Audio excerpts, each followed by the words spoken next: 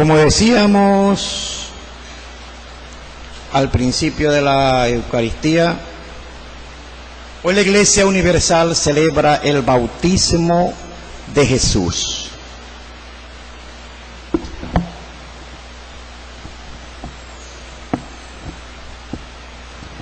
Dice la lectura que la gente se preguntaba si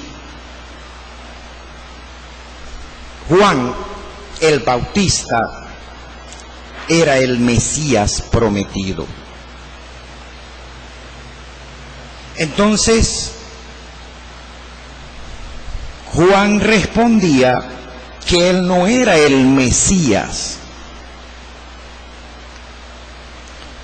que inclusive él no era digno de desatar las correas de las sandalias del Mesías.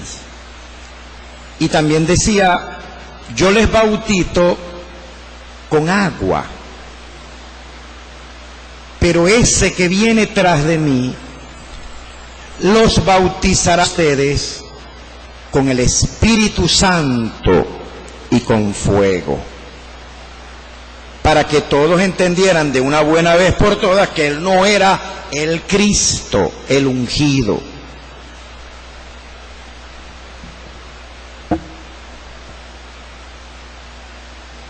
Y en una ocasión,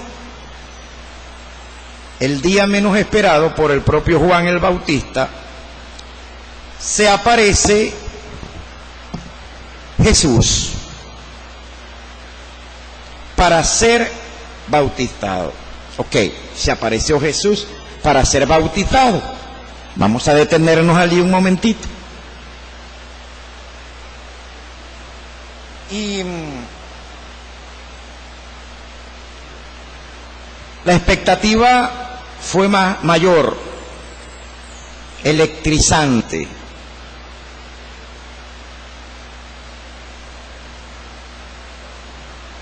Está claro que estos personajes, Jesús y Juan el Bautista, primos, parientes, no se habían vuelto a encontrar quizás desde la niñez, quizás desde que se encontraron en los respectivos vientres de sus madres. Da claramente la impresión de que estos dos nunca se vieron de nuevo.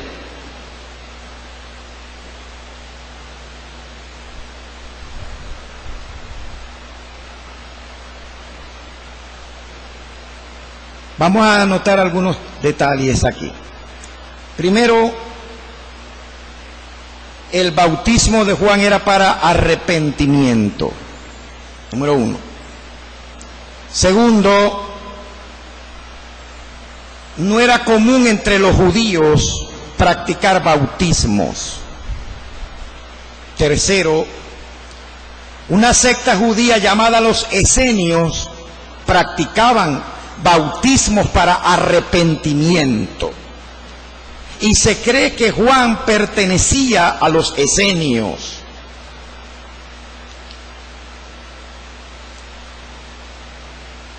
Cuarto, los judíos practicaban la circuncisión. De hecho, al octavo día Jesús mismo, siendo bebé, fue circuncidado, que era el pacto de Dios con su pueblo. Luego, volviendo al tema, el bautismo de Juan era relativamente novedoso y también muchos personajes de distintas clases sociales acudían a ser bautizados pidiendo perdón por sus pecados. Ahora entra Jesús en escena y Juan se asombra, tal vez no lo relate muy claro Lucas, pero Mateo también escribió de eso. Juan se asombra porque entiende y reconoce que ese es el Cristo. Y dice, yo debo ser bautizado por ti, pero tú vienes a mí.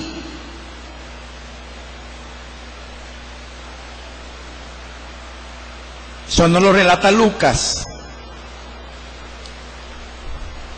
Pero Jesús responde, deja, es necesario que yo cumpla toda justicia. Este es el mover de Dios del momento y yo tengo que estar allí mismo. Esta es la transición a la gracia. Y yo tengo que estar en el momento de transición. Este es el comienzo del mensaje de la gracia y de un nuevo pacto que va a abolir el antiguo. Entonces, Juan bautizó a Jesús. Y luego que Jesús sale del agua, todos los que estaban allí reunidos vieron al Espíritu Santo en forma corpórea descender sobre Jesús como forma de una paloma. Y todos escucharon una voz desde una nube que decía, este es mi Hijo amado, en quien tengo complacencia. Lucas colocó a quien he elegido,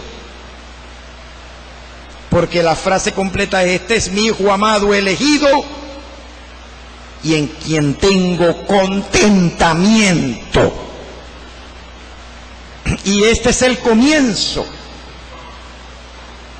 del ministerio de Jesucristo, el comienzo del cambio, de la transformación de la humanidad entera a través del bautismo de Jesús.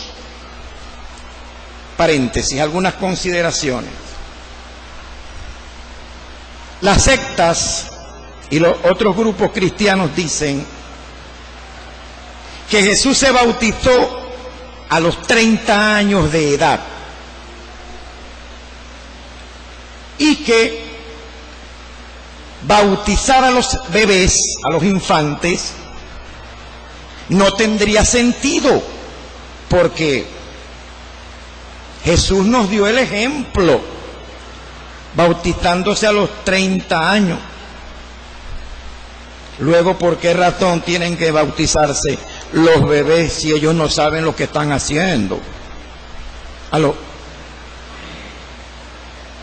Yo siempre he dicho que si alguien quiere argumentar conmigo, argumente con Biblia y con teología, no con razonamientos humanos. Si no argumentan con teología y con la palabra de Dios, no pierdan su tiempo, porque esto es simplemente un razonamiento humano, alejado de la verdad bíblica y de la teología. ¿Por qué? Porque, para empezar, el bautismo de Juan no es el bautismo cristiano. Uno, el bautismo de Juan era bajo la ley. La ley y los profetas hasta Juan profetizaron. Era un bautismo bajo la ley. El bautismo cristiano es un bautismo de gracia. Es más, Juan no inauguró el sacramento del bautismo cristiano. Fue Cristo, después de su resurrección, que inauguró el sacramento del bautismo. ¿Aló? Ahí tiene el primer error del razonamiento humano de los sectarios. No es el mismo bautismo. Cuando Jesús inaugura el bautismo cristiano o de la gracia, Él manda bautizar a todas las naciones. Y esto no excluía a nadie. Y si el bautismo cristiano es un bautismo de gracia, entonces en el bautismo es lo que Dios hace por la persona y no lo que la persona hace por Dios. Cuando un bebé se bautiza, Cristo está bautizando y Dios está impartiendo su gracia sobre el espíritu del niño. De hecho, si un adulto que nunca fue bautizado se convierte y viene al bautismo, igualito, no está haciendo él ningún paso de obediencia. Él lo que está haciendo es recibir, sin merecer de ninguna forma, la gracia salvadora del bautismo. ¿Aló?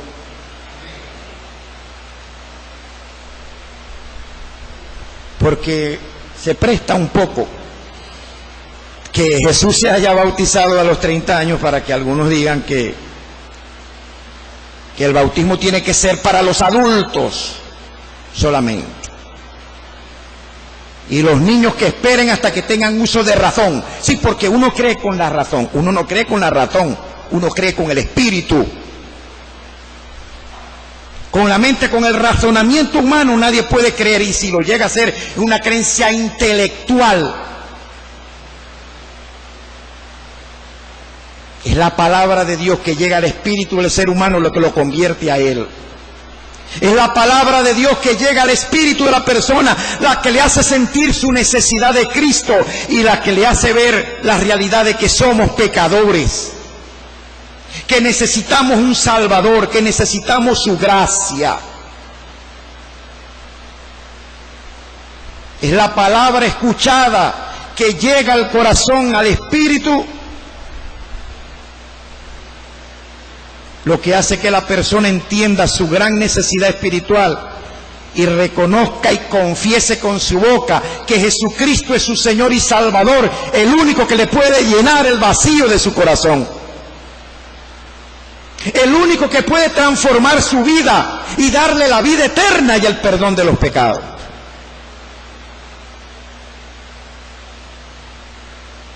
Es lo que necesitan los pecadores, no arrepentidos. Nosotros somos pecadores arrepentidos. Es lo que necesitan los indiferentes. ¿Quiénes son los indiferentes? Aquellos que les va nada si sirven a Dios, si buscan a Cristo, si vienen a la iglesia, si buscan la Eucaristía, los sacramentos, la palabra de Dios, la oración, ser parte de la iglesia. Eso que les va nada. Necesitan la palabra de Dios ministrada a su espíritu. Esto para que sepamos diferenciar entre la gracia del bautismo y la gracia que imparten los sacramentos, y entendamos que los sacramentos no son pasos de obediencia, sino son signos divinos visibles del mover y la impartición de una gracia invisible. ¿Cuántos siguen acá todavía? Ok, y la última parte del sermón dice lo siguiente: cuando esa voz la escucharon todos los presentes, allí Dios mismo, el Padre,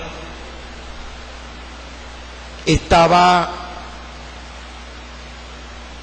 perfeccionando su plan salvador en su amado Hijo, y estaba aprobando que su propio Hijo iba a comenzar su ministerio salvador sobre la tierra. Está diciendo que ese es su Hijo amado y que Él estaba contento con Él. Cuando Jesús cumple todo su ministerio, cuando resucita, cuando asciende, cuando se sienta a la diestra del Padre, después que envía el Espíritu Santo, allí para nosotros cambia todo, para la humanidad cambia todo. Allí ya nosotros que somos sus hijos, hechos sus hijos por el bautismo, al igual que Cristo, allí nos habla todo, nos indica que ya Dios tiene alegría y contentamiento con nosotros. Allí Dios nos dice que Él se complace en perdonarnos. Él se complace en nuestro arrepentimiento. Se complace en nosotros, se complace en ti, se complace en mí. Dios ya no está enojado con la iglesia, con sus hijos, sino que ahora imparte su gracia. Dios ya está contento conmigo. Por lo tanto, yo también tengo que estar contento conmigo mismo. ¿Aló? Dios ya nos ha perdonado en Cristo los pecados pasados, presentes y futuros. Por lo tanto, yo tengo que estar consciente de ello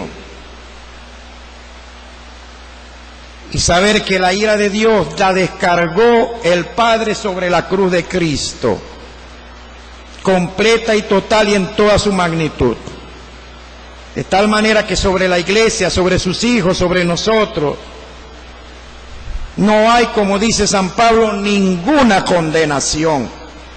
Romanos 8:1, ninguna condenación hay para los que están en Cristo Jesús. ¿Por qué? Porque la ley del Espíritu de vida en Cristo Jesús ya me libró de la ley del pecado y de la muerte. Entonces yo no vivo bajo la ley del pecado ni de la muerte, sino bajo la ley del Espíritu de vida en Cristo Jesús. Yo tengo la vida de Dios en mí, la alegría y la complacencia del Padre sobre su iglesia. ¿Aló? Por eso las palabras, este es mi Hijo amado, también Dios nos las dice a nosotros, por medio del sacrificio del Calvario. Gracias a Cristo y por medio de Cristo Él nos dice: tú eres mi hija amada y en ti yo tengo contentamiento. Él te dice: tú eres mi hijo amado y yo estoy contento contigo, ¿vale? Así nos lo dice.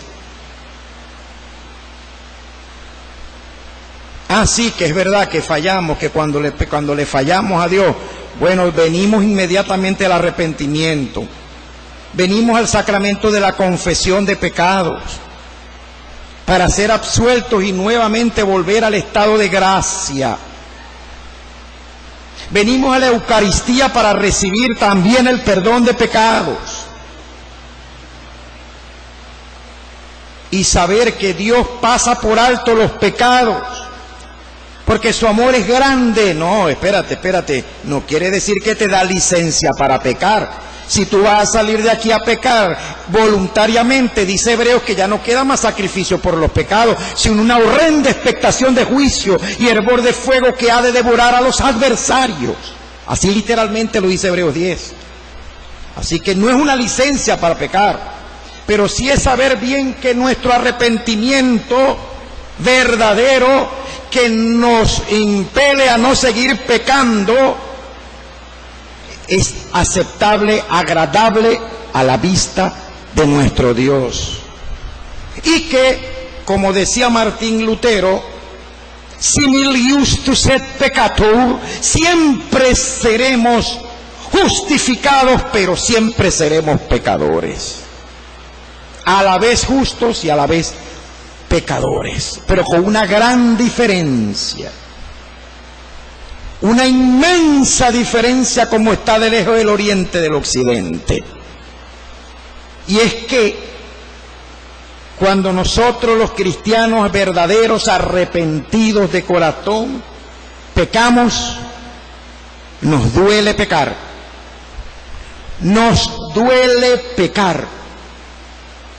Cuando el inconverso, el impío, el indiferente, el que se le fue la fe, el que se le cayó la fe, el que ya no tiene fe. Hay dos tipos de impíos, dos clases de impíos. El que tiene una condenación y el que tiene doble condenación. El que tiene una condenación es el que jamás se ha encontrado, jamás se ha topado con Cristo, con la palabra y con los sacramentos. Ese es un impío a la potencia 1, sigue siendo el mismo. Y está el otro tipo de impío, que lo menciona San Pedro en su segunda epístola. Aquel que habiendo conocido a Dios, habiendo recibido la palabra, el Espíritu Santo, así lo dice Pedro, el apóstol, se volvió atrás, retrocedió, se fue de la iglesia. Ese es el que dice San Pedro que recibirá doble condenación. ¿Por qué? Porque su postrer estado viene a ser peor que el primero. Su primer estado era condenado, su segundo es doblemente condenado.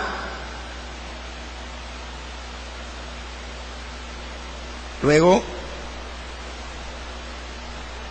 a ese tipo de impíos no les duele pecar. De hecho, les gusta pecar. Se complacen en el robo, se complacen en la corrupción, se complacen en la mentira, se complacen en el odio, en el mal ajeno. Usted puede imaginarse un cristiano que se goce del mal ajeno. Usted puede imaginarse un hijo de Dios que se alegre de que a alguien le vaya mal. Eso lo hace el impío, el que está a la potencia 1 y el que está a la potencia 2 al cuadrado. Al impío le gusta pecar, se goza del pecado. El cristiano verdadero le duele pecar, no se goza del pecado y se arrepiente y se aparta. ¿Cuántos están acá? Y por último, voy a concluir con esta frase. Alguien acertadamente dijo lo siguiente, que el cristiano verdadero, de corazón puro, cuando peca, no se duele por haber ofendido la ley de Dios. Parece como inconsistente, ¿verdad? Voy a repetirlo porque es la frase para concluir. Cuando un cristiano verdadero peca, a él no le duele haber ofendido la ley de Dios, haber quebrantado la ley de Dios, que lo hizo.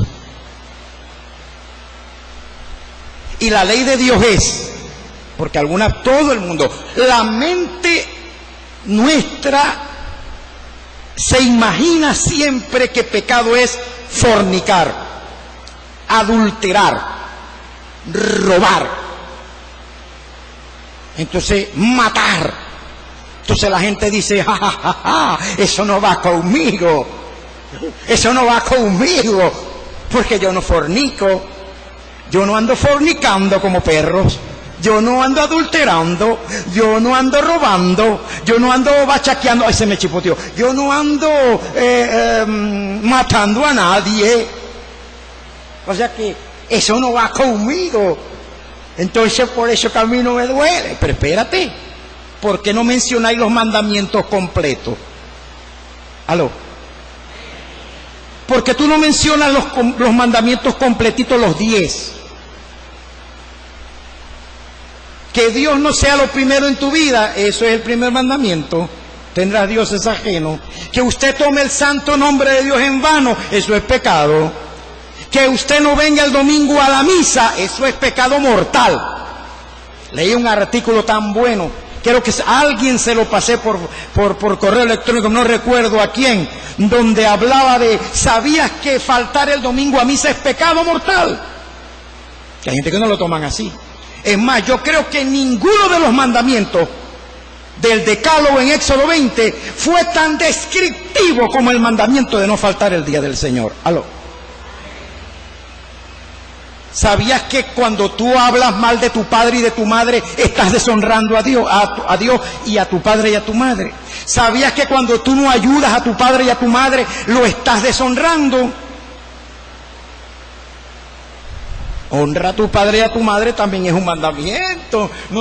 ¿Sabías que cuando envidias y codicias y odias, estás faltando a los mandamientos? Entonces aquel autor decía que pecar en el corazón de un verdadero cristiano da un dolor muy grande, pero no por haber ofendido la ley de Dios, no por haber quebrantado la ley de Dios, sino que en el corazón del verdadero cristiano, y eso es una realidad, yo lo he vivido, yo sé que usted también lo ha vivido, pero pecar duele, no es por ofender la ley ni por dejar de guardar la ley, aunque ella es la que nos acusa. Pecar duele porque hemos ofendido, hemos traicionado y hemos hecho doler el corazón de Dios. No por la ley, sino por Dios. Nos duele pecar porque nos duele ofender a un Dios tan bueno. Yo creo en Dios Padre Todopoderoso.